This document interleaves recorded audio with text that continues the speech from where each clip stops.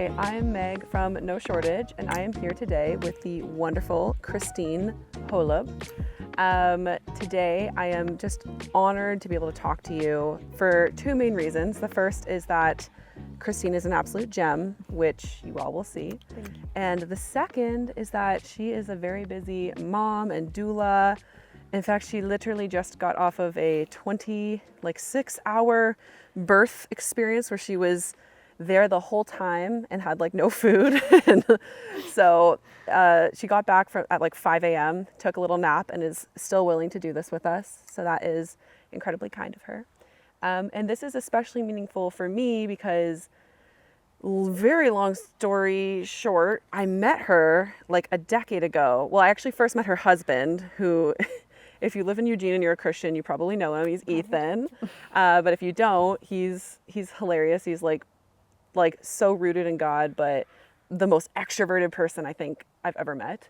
And I met him on a missions trip to Eugene actually 12 years ago. And then 2 years after that, Luke surprised me with a road trip for my birthday, and he knew that I had loved a church that Ethan was a part of. And so he contacted Ethan, and Ethan was like, come and stay at my place. And you guys had this humongous house is it the Whitaker neighborhood? Yeah. And I met you. I don't think I'd met you before that, or at least that was when we really got to know each other for that, just one day. I don't think I was as present when the whole team was there. Okay, yeah, because I was I just remember Ethan, but then I remember you very much when I met you guys at the Whitaker house, and it was so amazing because for me as a young woman who was 21 or whatever at the time, and you're a few years older than me, 3 or 4 years older, it was so cool because you were really deep in ministering to women in coming out of sex trafficking and homelessness and things like that. And you had a woman living at your house at the time, and I got to talk to her and hear her story. That was really incredible. And it's so funny because reconnecting with you now a decade later, you guys are just come on, you could stay in our driveway. So we're parked in our trailer in their driveway, and we've gotten to reconnect with you and your husband and your family. And it's so beautiful, and it feels like brothers and sisters in Christ. And talking with Ethan, I didn't realize how actually big that ministry was, because when I was there, it was just one woman, but there was actually a really big ministry that you guys were doing with women coming out of sex trafficking. So I guess my first question would be how did that start? The organization or our involvement in it? Yeah, I guess your involvement, or whichever comes first. I think God had planted a seed of being curious about trafficking in our area and wanting to learn more, honestly, through some documentaries on OPB or PBS or something. And then God sometimes does, you get a stepping stone to something else, and then he puts something else in your path, and you just start seeing these different things pop up, around you. Yeah.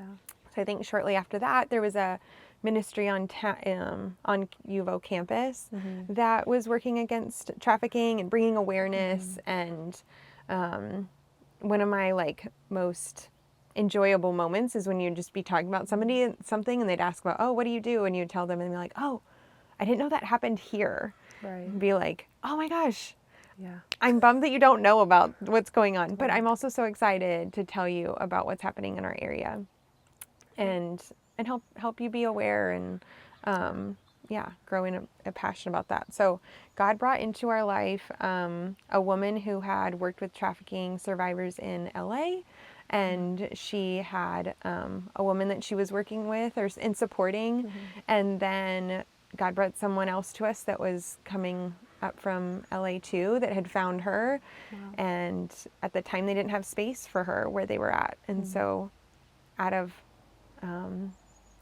a gut move, or maybe the Holy Spirit, we said, oh, well, we have extra space, you can come here. And I look back on our story, and I think sometimes, we might have been a little naive in the things that we signed up for, but I feel like God uses that to show you how big he is and how ill-equipped you are, but how he can equip you along the way. Yeah. Because there's so many instances where if I had known, oh, that's what I was signing up for, are you kidding me? I would have ran the other direction, Right. Yeah. So they lived with us for 7 months, and it was like the second half of our first year of marriage, and I wouldn't recommend that to anybody. And we learned a lot. There were some really big highs and low lows, but we learned a lot. And God obviously has used that experience to like grow us and prepare us for what was coming next after that. Yeah. No, it's incredible because like I remember just meeting you at that time, like it was so inspiring to me the way that you were stepping into that. And it's just interesting because I think sometimes when we're thinking about helping with something, we kind of get like that spiritual high kind of view of it. But it's like the reality is that there's a lot of difficult and probably, beautiful moments in it. And it's not just like one or the other, For sure. And it's like, I remember like just the other night when we were talking, you were sharing that like kind of that first experience culminated in like an abrupt leaving, and that really taught you something. Do you feel comfortable sharing about that? Yeah, I think a lot of times we get into ministry and we think, oh, it's going to be, everything, like you said, it's going to be so beautiful. It's going to be really exciting. And I'm here to be a hero. This person. Yeah. Kind of that like savior complex, I think is how it's come to be termed now. And I definitely had that. Like I was 23. I didn't know what I was doing. But I thought like, oh, we have space. We can help. Like, obviously they're going to want everything that we have like the answers for. Right. And that woman made some poor choices and it wasn't working out in our home anymore. And she chose to kind of walk into those choices and leave our home. And that was so hard for me at the time. And I really grappled with like, I didn't do enough. I could have done more. It was up to me. And God has shown us time and time again and really used that to like shatter all of the ideas that I had of it's definitely not up to you. It's going to be me doing it. And you can just say yes to what I'm asking you to say yes to and no more and no less. Yeah, 100%. I think, it's just good to kind of like, I think it's really gracious almost in a way that happened like during your first experience. So then it kind of set the stage of like, you're not the savior. You can partner with God, but you can't be the healer, Yeah, you learn you're right. I'm glad I learned kind of like quote the hard way the first time. I hate that because I'm like, I love your willing heart and you're like so young and everything. But like, I don't know, in some ways it probably helped you in future things to be like, like how do you enter into it, but maybe not hold those same kind of weights on your shoulder. Definitely catch myself, especially in parenting, like it comes up all the time of like trying to hold on to control. I'm like, I have this control. This is within my realm of what I am in control of. And no, other people are not in my realm of controlling, and I can only control myself, and I can be obedient to the Lord and follow what He's asking me to do. And just, try and reflect Him the best I can. But how people respond to that is going to be their choice at the end of the day. And you might see evidence of Him working in their lives immediately, or it might be a seed that you see, years down the line. Totally. Yeah.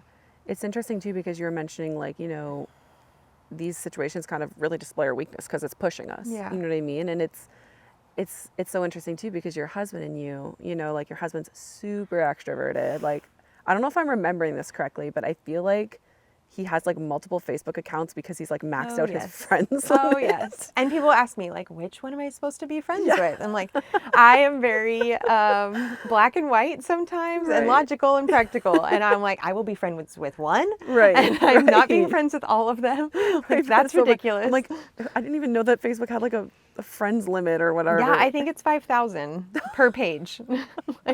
Or you become like a community member or a community person or something. Oh my gosh. So like that's Ethan. That's him. And we have a podcast with him, but I don't know which will be released first. Yeah. And then, you are like so like kind and relational and grounded, but you're like an introvert. You're like, that's maybe like, I don't know if you'd say that's not where you get your energy from, even if it's good.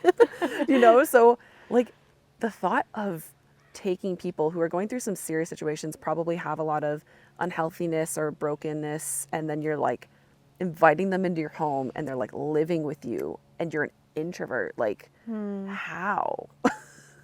I think that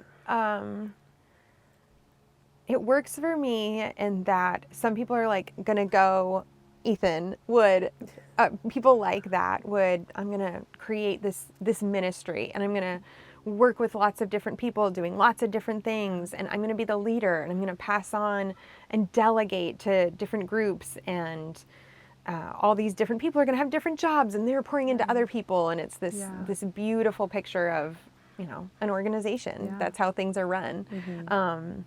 I'm much more one-on-one. Yeah. And so if I feel like God's put you in my path and Ethan will say like, oh, she's chosen you now. Like you're one of her, I'm not going to say projects. I don't like that word, Right. but like, yeah, you've been brought into the family and once you're family, that's going to stay. And that could be years down the line. And some people who came into our home were around for a lot longer, or they just had a short season with us. But if they had that season with us, it would be lifelong. You know, you can always come back. Kind of like you guys. Like, oh yeah, we saw you 10 years ago, but come on back. I know, that was so cool. And to me, like, there's just such a, like, being in your home, there's so much feeling of like wholeness. I don't know how to explain it, but it's just, I think a lot of times when you're with people or staying with people, you can feel like a burden, but you guys don't make people feel that way at all. It's really beautiful. It's really unique. And I think that's how God actually calls us to live. And actually, as an introvert myself, even though I love talking with people, like my energy gets drained from it, even if I love it. And for me, it's just like so incredible to just see the way that you bring people into your home and into your space and still seem like a very grounded, rooted person. And I don't know, it's just, it's really special. I think you're like really, you've let God like stretch you and use you. And it's an example to me, you know, because I'm always like, oh, I couldn't do that, you know, but it's like we can, you know. Stretching is super fun. Yeah. And I've loved every minute of it. Yeah, right. Yeah. Definitely have had its challenges in different seasons, being stretched in different ways, but then it's so exciting and so beautiful, and only God could plan certain moments to use again. I'm like, oh, because I grew in this situation, I can pour out in this other one, kind of thing. Absolutely. I think this is just now dawning on me of how to do life with people who are living with us. I think early on, because of maybe those big situations, you know, living with survivors right after they've come off the street with a lot of trauma and very little boundaries, had to learn how to step up in those situations of like, okay, I need my space right now, and it's okay for me to put myself first. 100%. And also letting my guard down. I think naturally, if I hadn't had those moments to stretch me, I would be like, okay, I want to present myself this way. And if I'm not presenting myself this way, then I don't want to be around anybody, you know? For sure. I need to be on, kind of thing. Yeah. And quickly, when someone becomes in that realm of family, it was like, okay, you're not going to see me on all the time. Like, you're going to see the good and the bad and the ugly. And you're going to see me get frustrated. And you're going to see me a little irritated with my kids sometimes. And we're going to show our true colors, kind of thing. But that also lets me not have to, like, I think sometimes being an introvert, we get tired from being on and presenting ourselves and just wanting to let our guard down sometimes. And yeah, I think that's really beautiful, because I think so often in life, and especially in like Western culture, you know, I think like we have ourselves in these segregated little like boxes. It's like, this is my house, you come over when and like, you know, I'm not knocking people who, you know, that's how they live or whatnot, and that's how I've lived like my whole life, but seeing people like you guys where you're like living this kind of countercultural way, but it feels more real, it feels more honest.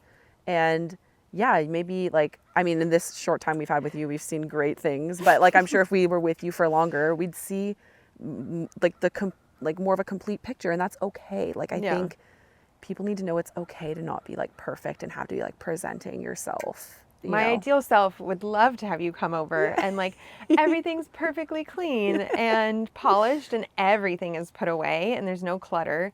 But if I think I had to let go of that if I was going to let God uh, pour through me the way Right. that, he's designed me to. No, that's really beautiful. And, you know, when I was talking with Ethan, he was like, he was sharing that the organization, which I think became Hope Ranch, Mm-hmm. what like was way bigger than I thought it was. I mean, I thought that you guys, which was still amazing, took in like a few different women, but he was saying like you guys were like, you know, involved in like the FBI or something coming over. Oh, a chicken just had a Chicken attack. she didn't like the FBI. Anyway. But yeah, can you just like share a little bit more about like that ministry and what you guys were able to do, or you know, even how it like developed to that point? Because it sounds like it might have started with you guys taking in like those two people and then developed from there. Yeah. Diana Jantz, who ran Hope Ranch, was the director for years. And I got to serve with her, and she lived with us as that was starting. She, she planted in me so much desire to and inspiration to follow in her footsteps, and to be the example that she was of being Jesus to everyone she was around and meeting them where they were at, and having so much grace. She, through actually living with us, we were connected with some minors who had been trafficked, and trafficking in minors is a lot harder to work with because of wanting to protect them and keep them safe and make sure you're not kidnapping people. Yeah. So she got connected with an organization through the state called OYA, Oregon Youth Authority. It's criminalized youth. Right. And what they had found in a lot of caseworkers is, oh yes, they were incarcerated for this particular crime, but the underlying issue was trafficking. Wow. And so they had, okay, well, if we really going after the underlying issue and they're not just seen for the crime that they committed, Right. then we can really heal these kids. So she formed an amazing connection with OIA and would have, I don't know, 3 to 5 girls staying with her at a time over the years. Wow. Yeah. That's incredible. And so while she was in your house, were you guys also having like were you guys like, hey, we're taking one woman at a time? Was there We never got contracted with OIA. Our ministry shift, like, I don't know, just went like a little bit different direction. Yeah. But I got to serve as a mentor to the mentors. And we had mentors interning with Hope Ranch who would build relationships with the girls and be taking them out. But a lot of that can be compassion fatigue and holding so much trauma, and you can't, sorry, I'm losing the word. No, it's okay. Confidential. Working with survivors can be really confidential, and they wouldn't have anyone to share these big stories with or process what they were feeling. And so I would get to do that with the interns and hear, okay, this is how I would handle that situation, or yeah, that is really heavy. Like, let's pray about that. You don't have to just hold that in and feel stuck with carrying somebody else's trauma. Wow. That's really beautiful. Hey, I'm Luke from No Shortage, and this podcast episode is sponsored by us, me and Meg. We are No Shortage, and we share the stories of how Jesus followers are advancing the kingdom of heaven. If you're enjoying this story and you want to support us, giving it a like's great, and if you think of somebody that would really enjoy it, send it their way. That's also super helpful. We have more stories like this coming with different people that are doing great things, so make sure to follow along so that you don't miss any. Also, the biggest thing you can do for us, I was trying to think of what to say. The best thing that you can do for us is pray for us and pray that we can find the right people find the right stories that God wants us to share, and make sure that they reach the right eyes and ears that they're supposed to. So I won't take any more of your time here with just looking at my mug, and you can get back to the conversation.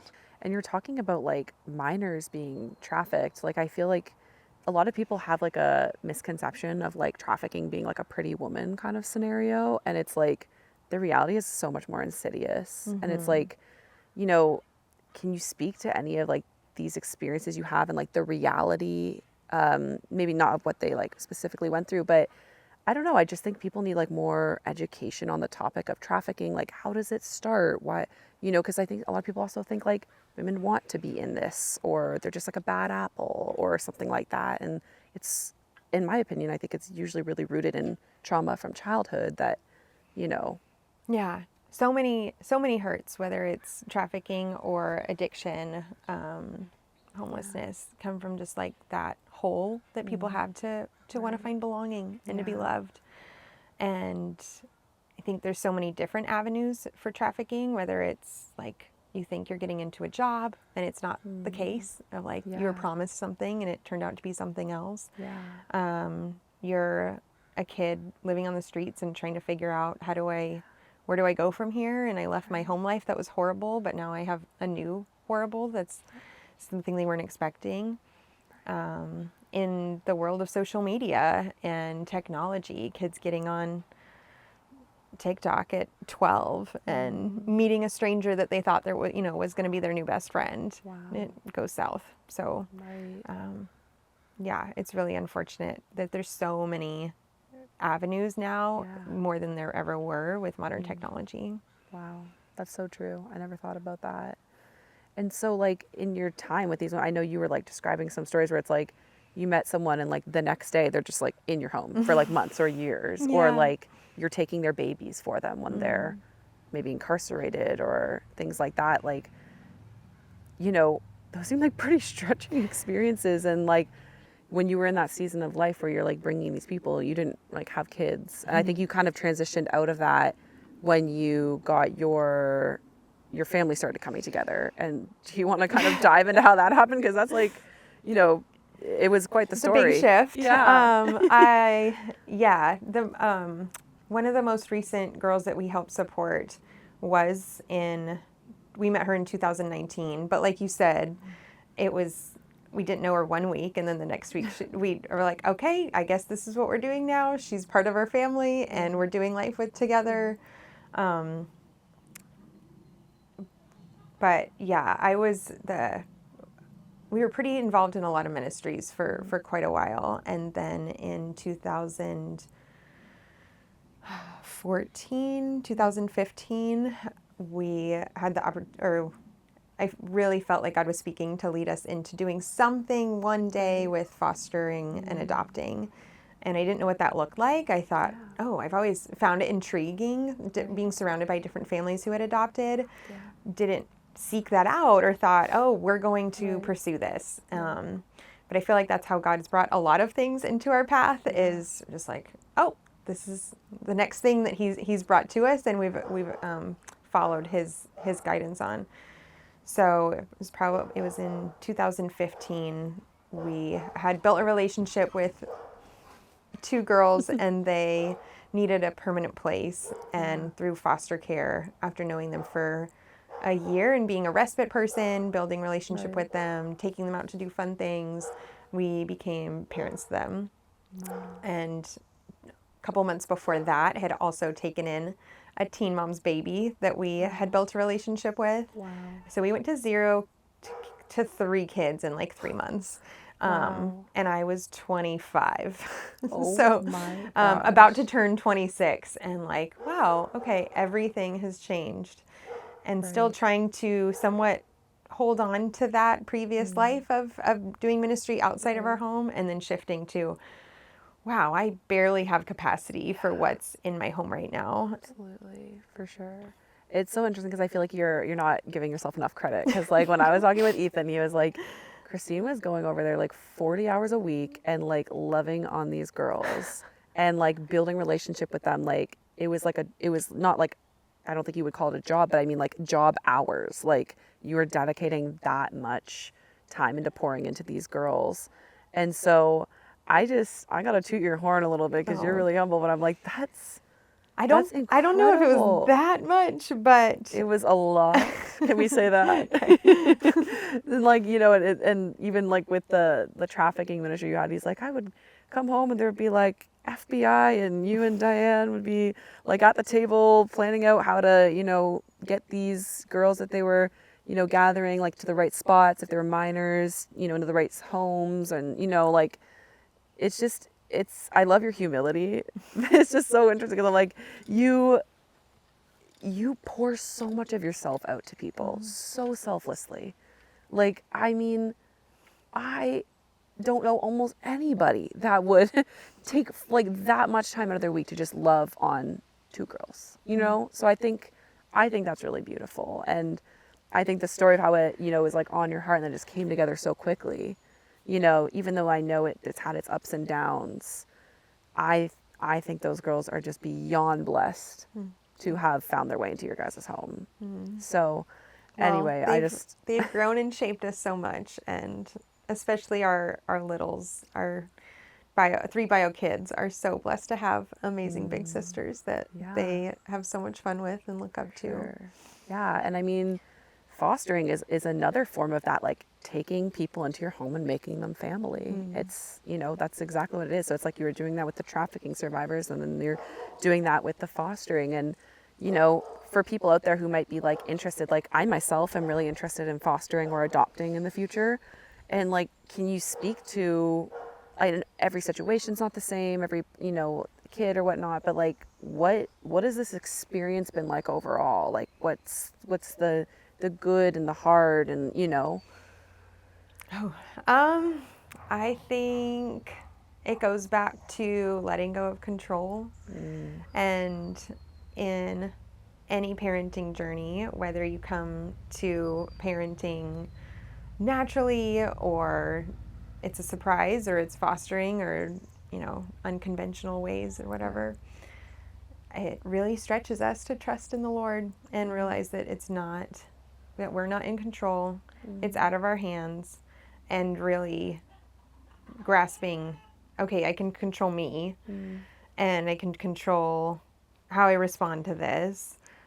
Fostering can be really hard because of how much the state has control of what you can and can't do, or how their case goes, or how you're perceived, or your relationship with bio family. Right. A lot of that is, kind of set before you, and you're just responding to that. Yeah, absolutely. And this dog is just distracting me. I'm like, when will it let up? Yeah. Can someone please bring their dog inside?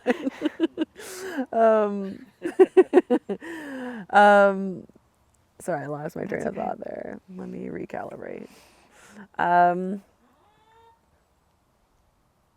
Yeah, I'm really interested in like what the journey has been like. I know that like a big part of you transitioning out of the trafficking ministry was like that caring for your 3 children took up so much of the capacity. And was that like a hard shift, or were you just like, I'm totally okay to be like moving on, or were you just like, oh my gosh, I don't feel ready yet, but like all of a sudden I'm here, Probably all of the above. It was like, okay, I know I have to do this. I know we have to step down from things.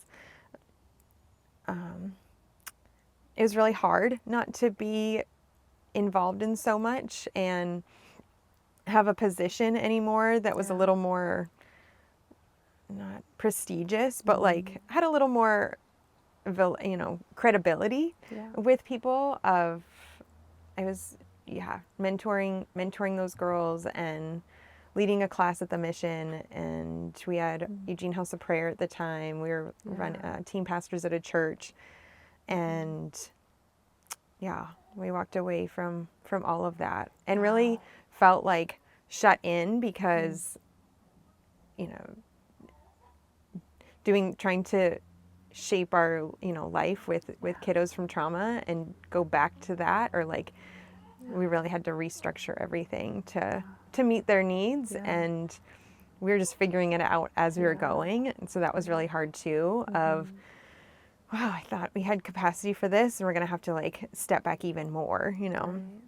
I think that's so beautiful, your guys' willingness to just move with the spirit and not be like, I think sometimes like when people do a ministry, they're like, okay, this is my thing and now I'm sticking with it forever. And I love that you were like, you know, and I think like that's why in the church we see like a lot of like things that are kind of like feel like they're dead, but people keep like, you know, and not that it was dead, but it's just like God moved you into the next season and, you know, you did that and you just transitioned.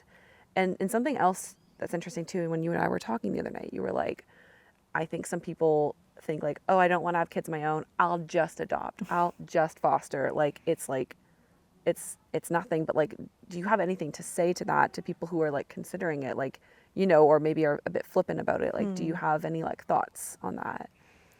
Say you have to go into it doing it for them.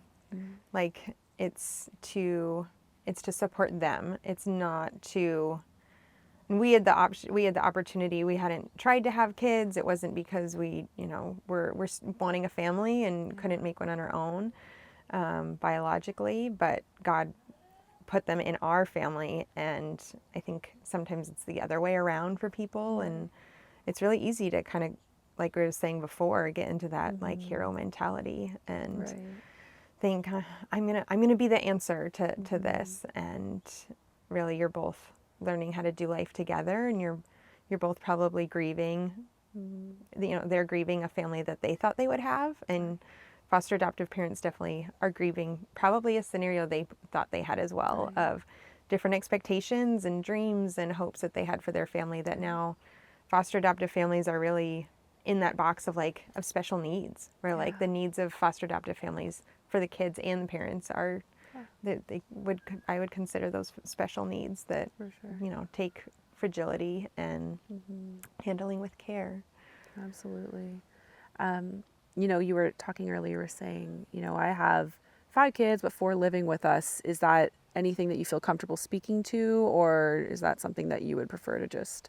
Our oldest, she is 18. She turned 18 in January, and she definitely had a really hard bout with dealing with her trauma and healing with that, and she probably will for the rest of her life, because, you know, walking with Jesus and having him heal you is like an ongoing process, right? Absolutely. It's not a one and done for sure. Absolutely, can attest to that personally. Yeah. So she turned 18 in January, and she graduated high school. Wow. She was valedictorian of her class. That's and we're really excited about incredible. that. And she's gone on to get a job, and it was really hard to see her transition away from our home. Hard to see her make choices on her own and not being able to shape those as much as we did when she was with us, but definitely furthering my ability to let go and realize what I'm in control of and what I'm not. For sure. No, I think that's beautiful. And like just the idea that your door is always open. Yes. And yeah, because it's, you know, like I've known people in my life who foster, and I get the vibe like they're doing it for money, or, you know, because I think you get a little bit of money from the state, or Definitely it's like, not enough. No, exactly. And you know, I've known people where it's like as soon as the kids were 18, it was like you have to leave. They were like pushing them out, and that like breaks my heart For sure. into 1,000 pieces. I think that's sad, but I just think that the way that you guys have ridden through the storms of that situation is a really beautiful testament, because you're like, we're still here. Thank you. You know, and it's hard. Yeah. It's hard to see. I think that's true when any kiddo leaves your home, no matter what the circumstances are. And there's some of that I can relate to, of, you know, the siblings not all being together, and the littles asking, where is she? And when is she coming back? And when can we see her again? And not always having answers for that can be really hard. Totally. And you guys have such a beautiful family. You Thank have you. 1 little girl, 2 boys, and then an older daughter that's with you. And it's just, it's really beautiful. Like I can see your guys's intentional parenting in the way that they like exist, because they are just really fun. They're really like, just like they have interests, and like you guys are always like talking about their good qualities. You're like, oh, you know, so-and-so's like this and so-and-so's like this. And it's just, it's so beautiful. And I feel like that, of course, raising kids is a ministry. Like people act like it's, not. But I think that intentionality that I see in you guys is something that's also really inspiring to me. And it seems like it's a theme that's carried the whole way through, whether it was with trafficking victims or your foster or your bio kids. And also with you as a doula. You're also doing doulaing. Is that the right? I'm sure that sounds right. and that's a ministry. Cause I mean, like you were just with someone for 26 hours in the, like probably one of the most hardest but beautiful moments of their life, and you're like praying with them and seeing them through this. Like I just think it's so incredible your ability to like you're saying, like that one-on-one, and just like give someone your all, and so like for me, when I look at your life, when I look at the things that you've done, I feel so inspired. And the biggest thing I think for me is that you've let God stretch you past what you're, like if, hey, it's easy as an introvert to be like, no. And it's okay to have boundaries. I'm not saying don't have boundaries. Yes, I don't think have you're saying that boundaries. either. Please have boundaries. Please You'll have burn boundaries. out. But I just think, I think the way that you allow God to stretch you and bring you into new seasons, and the way that you use your giftings is incredibly inspiring. And so do you have any like advice for anyone who may be listening who's feeling like a tugging on their heart, but it feels really, really intense, like helping trafficking victims or bringing in foster kids? Those are big, like very life-changing, kind of like out of the ordinary. Yeah. Well, especially with the trafficking, very out of the ordinary, and with fostering, quite out of the ordinary. Like, do you have any advice or thoughts that you would tell people? Man, now I feel like you put me on the spot. You can take your time. Or your younger self, kind of. Or your younger self stepping into it. okay. There we go. Okay, I'm gonna go that route. All right, go that route. I think when I look back on my younger self, and especially with Ethan being so different from me, a lot of times early on in our marriage, it was like, oh, I'm going to stretch myself to be more like him. And if we're going to do ministry together, it means doing ministry in being a version of me that's more like him. Still being myself, but we have to go to 10 prayer meetings a week, Right. and we're going to be doing all these things. I'm just going to like, hold on, and like try and get through it. And then I'll go home and like, seclude myself and try to recharge. Yeah. I don't think that's what God wanted for Right. me. I think as I'm growing into myself in my mid-30s and realizing, I can be exactly who I was made to be for a purpose, that I just can be myself and thrive in using my gifts and talents that are mine, and not trying to be someone else, but knowing there's a spot out there that kind of like God's made for me to fill. And being a doula and being as obviously a mom, being the mom to my kids, I am the one and only, and I can't replace, like that can't be replaced. And playing a role in those women's lives that in a way can't be replaced either. Like those times that we've shared, and having them be in our home, and like for them to see our parenting and and for them to come back and say, so much of how I view family has been shaped because of how I viewed your family, or my cooking skills are thanks to you. Little I'm things. even learning from your cooking skills. Like, how do you make that zucchini bread? Little things that are just, that's just me being me, and that gets to bless somebody else. And it doesn't mean I have to go outside of my comfort zone. It doesn't mean I have to be someone else or try to be on, but just to rest in who I am, and that's enough. And God's going to shine through that. Right. And it's like God will call you in the ways that he wants to stretch you, but it doesn't mean that you need to be another person. Yeah. It's like God stretching you is not you becoming a different person. It's like you living into who he's actually made you to be. Yeah. And so I don't know, I feel like that might be a good spot to end, but I just thank you so much Thank for you. taking the time after 26 hours of doulaing for somebody. It's like coming back at 5 a.m., sleeping a few hours, and for just sharing about, you know, the different ministries that you've been a part of. And there's so much more that I know is untapped because you're humble and you're not gonna. Well, there's something to be said about the birth high. You come off of this experience and there's just adrenaline and it's exciting, and you get to see people become new versions of themselves that they didn't think they could be, and speak strength and truth over them. It's really beautiful, and I don't know, you kind of leave that with like a, whew, that was amazing. Right. I don't know. It's like after a big win, after a game kind of thing or something. Yeah, absolutely. I never did sports, but maybe that's my version of that. But I think it's so interesting because I feel like God keeps bringing to our path people who are like regular people. They're not like filthy rich. They're not like, you know what I mean? And they're just like doing what they can, what God's called them to do with the resources they have. And there's something so whole and so beautiful about that. And it's like another encouragement that it's like you, of course, being plugged into organizations is great, but like you can also do something now. You can start something now. Like whatever God's calling you to, He will equip you for. Yeah. So I think your life is a really beautiful example of that. Thank you. Well, that's it.